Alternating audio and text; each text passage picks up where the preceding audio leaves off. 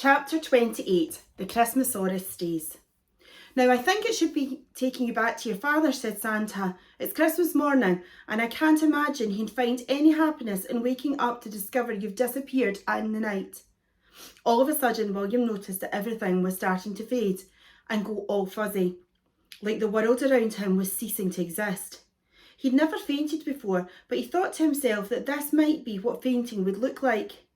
The magical place in which he was sitting was becoming fainter and fainter, and suddenly he could see distant snowfields and mountains where the wonderful buildings had been.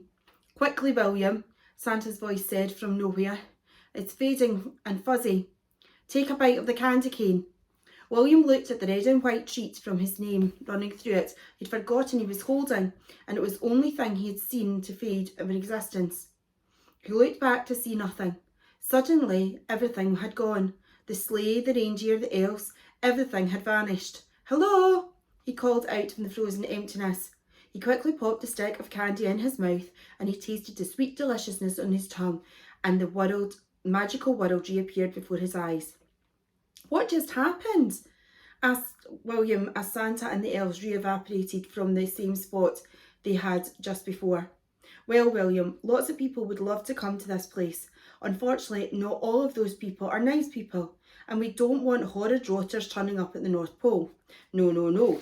So we protect the magic, he explained. You see, the North Pole is another dimension.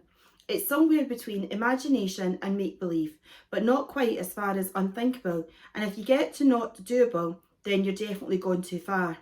To get here, you have to be invited, and to be invited, you have to be a good, truly good through and through.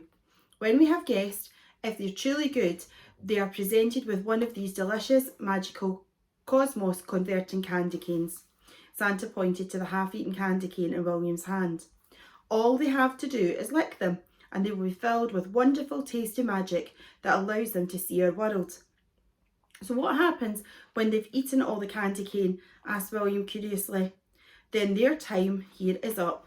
Poof, pop, gone, Santa said merrily, on the only way anyone can get in or out. Quite a genius idea, actually. Thought of by myself. William looked as if it had left the candy cane in his hand and suddenly wished it were a lot bigger, so he could stay longer. Then he had a cheeky idea. He quickly covered his cosmos-converting candy cane with his hand and sneakily snapped it into a small piece. He popped it in his pyjama sleeve out of sight, then continued to suck on what was left in his hand. Now he had a way of getting back here. That way he would keep it rotten, horrible stinker out, laughed Santa. Of course, it hasn't always been like that. There was a time that the old troubler could wander in here willy-nilly. Oh, Santa, that reminds me, there's something I need to tell you, said William, who was almost forgotten about Evil Hunter. William explained all about the night and the adventure they'd had, about how the hateful hunter and his hideous hound had tried to shoot them and hang their heads on his wall, about how he'd believed the Christmasaurus could fly, and how he took off and flew all the way through the night to the North Pole. By jolly gumdrops, said Santa, this does sound like an adventure. I'm afraid I know...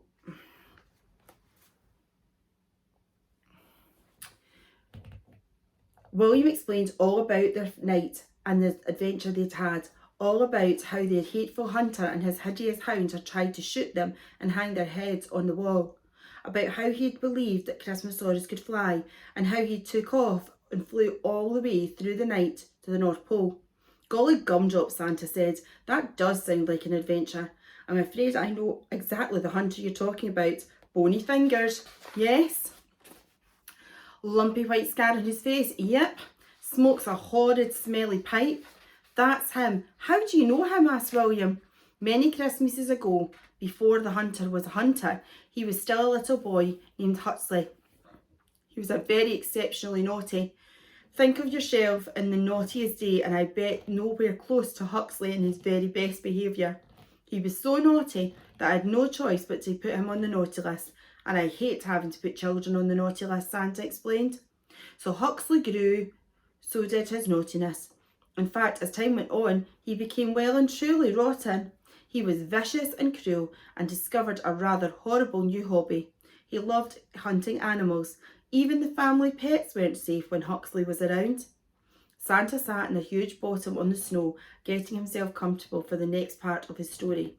William and the Christmasaurus, all the elves, and gathered round, listening closely to every word Santa said, and he was a great storyteller. One particular Christmas Eve, Huxley's little brother was away far past his bedtime.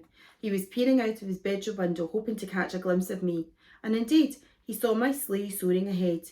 He cried out, waking Huxley, who dashed to the window. That, I'm afraid, was the moment he saw my beautiful reindeer for the very first time. If only I had known, I would have taken a detour. As you can jollily popping presents down the chimneys and all the other children in the town, unbeknown to me, Huxley was hurriedly co-opting a plan. He did something unthinkably naughty. He persuaded his little brother to join him. As fast as they could, they scurried up the drainpipe and concealed themselves in the shadows of their rooftop below where I arrived. When I landed on it, they cheekily crept into the back of my sleigh, keeping impossibly quiet. It was full of Christmas jolliness. I totally missed them, Santa said, shaking his head. Huxley's mind was so rotten with greedy nastiness that when he got here, it was wondrous magical place. He wanted it all. He wanted to take everything.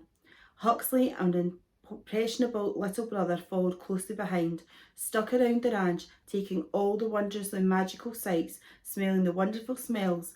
But there was already one thing on Huxley's mind, something in particular that he wanted, that he truly desired. What? William cried. What did he want? My magnificently magical flying reindeer, Santa said sadly, and he pointed to the incredible creatures still harnessed to the sleigh. They sneakily snuck their way into the stables, where Huxley made his brother climb on his shoulders and smash the window. He was small enough then to climb through the open door and Huxley to step inside. That nasty little worm wasted no time. He greed and his hunting instincts clicked into overdrive as he leapt on the back of one of the magnificent deer. All the elves gasped. Some even shrieked. He stole a flying reindeer? William cried. Worse, he said.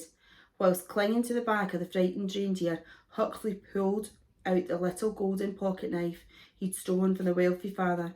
He began to hack at the reindeer's antlers, but the deer wouldn't hold still. The deer launched high into the air inside the stables, smashing through the roof. Santa described it so well that it made William jump. His little brother, fearing for Huxley's life, grabbed hold of the deer's reins and tried to pull them back down, but the deer were so powerful that the lad and his boy's feet lifted from the ground as he too was pulled through the roof and into the sky. Santa paused and swallowed hard. William noticed that somehow not looking as jolly as he had, as though whatever he was about to say was very difficult. That's when things went from awfully dreadfully wrong. The young boy was so scared as he clung to the dangling reins in the sky that in panic he began to wish the deer wouldn't fly.